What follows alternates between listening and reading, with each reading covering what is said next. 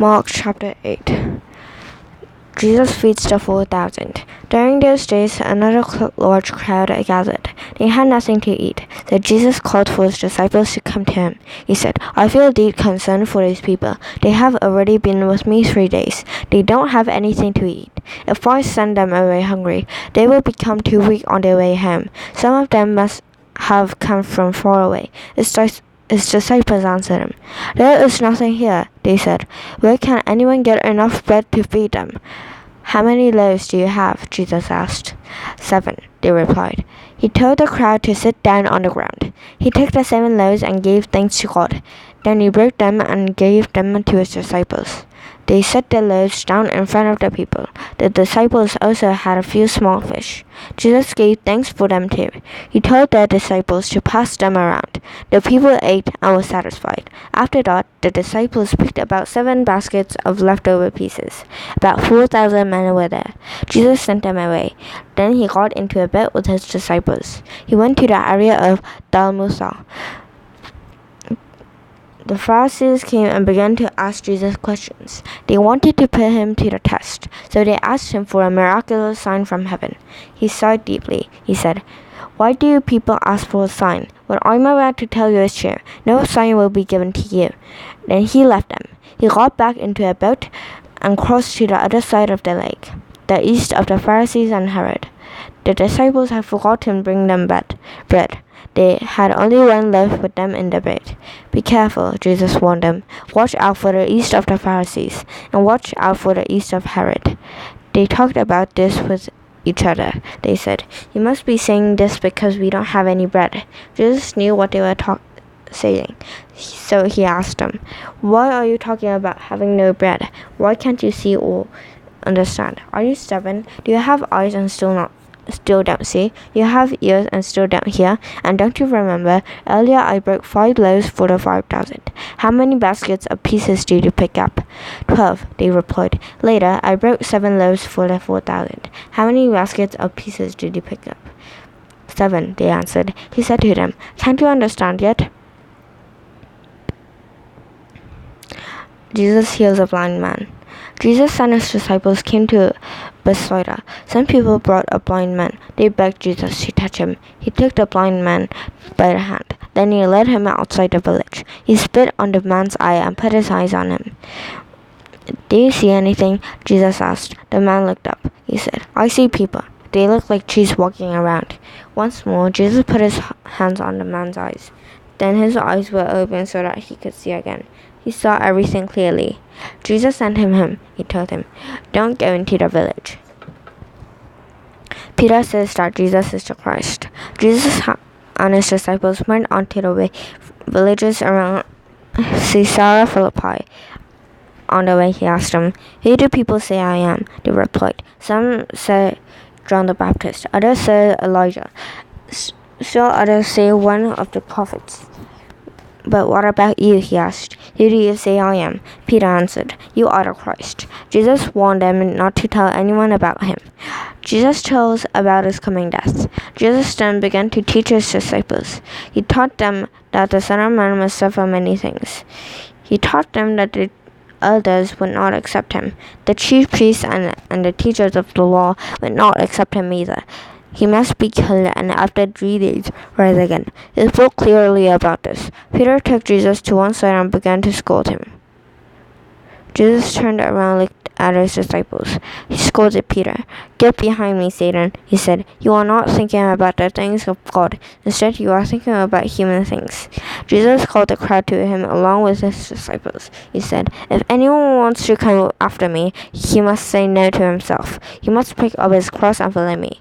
If he wants to save his life, he will lose it. But if he loses his life for me and for the good news, he will save it. What good is it if someone gains the whole world but loses his soul? Or what can anyone trade for his soul? I suppose you are ashamed of me and my words among these adulteries and sinful people.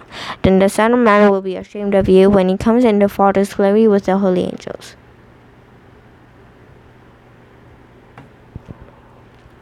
Mark chapter 9. Jesus said to them, "What I'm about to tell you is true. Some who are standing here will not die before they see God's kingdom coming with power."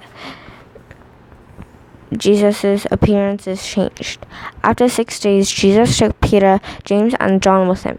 He led them up a high mountain. They were all alone. There in front of them, his appearance changed. His clothes became so white they shone.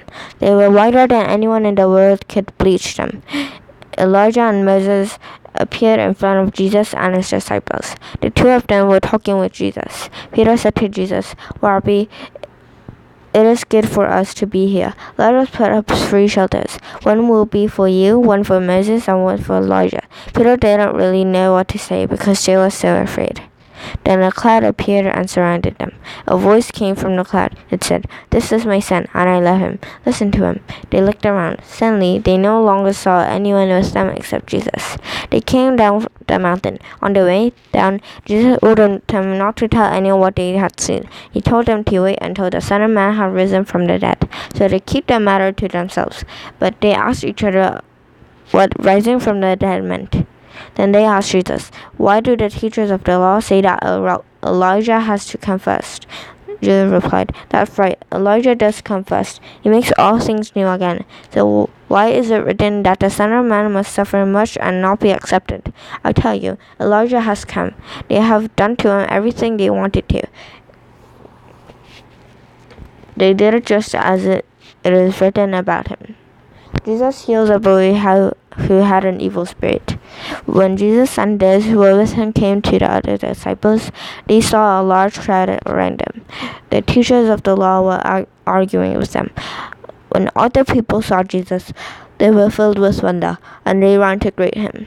"What are you arguing with them about?" Jesus asked. The man in the crowd answered, "Teacher," he said, "I brought you my son. He is controlled by a spirit. Because of this, my son can't speak anymore. When the spirit takes hold of him, it draws him to the ground. He foams at the mouth. He grinds his teeth, and his body becomes stiff. I asked your disciples to drive out the spirit, but they couldn't do it." "You unbelieving people," Jesus replied. "How long do I have to stay with you? How long do I have to put up with you? Bring the boy to me." So they brought him. As soon as the spirit saw Jesus, it threw the boy into a fit. He fell to the ground. He rolled around and foamed at the mouth. Jesus asked the boy's father, "How long has he been like this?" "Since he was a child," he answered. "The spirit has often thrown him into a fire or water to kill him. But if you can do anything, take pity on us. Please help us." "If you can," said Jesus, "everything is possible for the one who believes." Right away, the boy's father cried out, "I do believe. Help me overcome my unbelief." Jesus saw that the crowd was running over to see what was happening. Then he ordered the evil spirit to leave the boy. "You spirit that makes him unable to hear and speak," he said, "I command you, come out of him, never to enter him again." The spirit screamed. It shook the boy wildly. Then it came out of him. The boy looked so lifeless that many people said, "He's dead." But Jesus took him by the hand. He lifted the boy to his feet, and the boy stood up. Jesus went indoors. Then his disciples asked him in private, "Why cannot we drive out the evil spirit?" He replied, "This kind can come out only by prayer." They left that place and passed through Galilee. Jesus did not want anyone to know where they were. That is because he was teaching his disciples. He said to them, "The Son of Man is going to be handed over to men. They will kill him. After 3 days he will rise from the dead." But they didn't understand what he meant, and they were only afraid to ask him about it. Who is most important person? Jesus and his disciples came to a house in Capernaum. There he asked them, "What were you arguing about on the road?" But they kept quiet.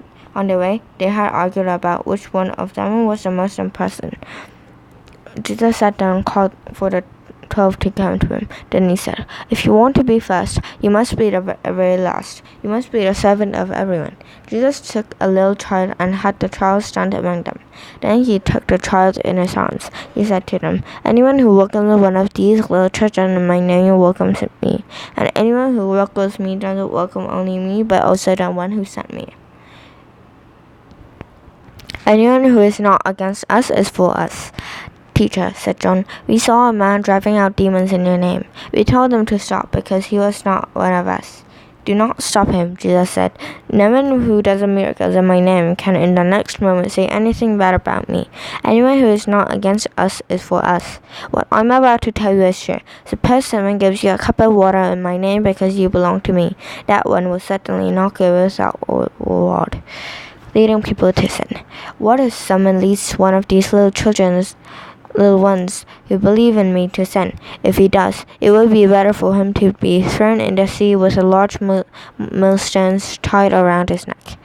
If your hand causes you to sin, cut it off. It would be better for you to enter God's kingdom with only one hand than to go to hell with two hands. In hell, the fire never goes out. If your foot causes you to sin, cut it off.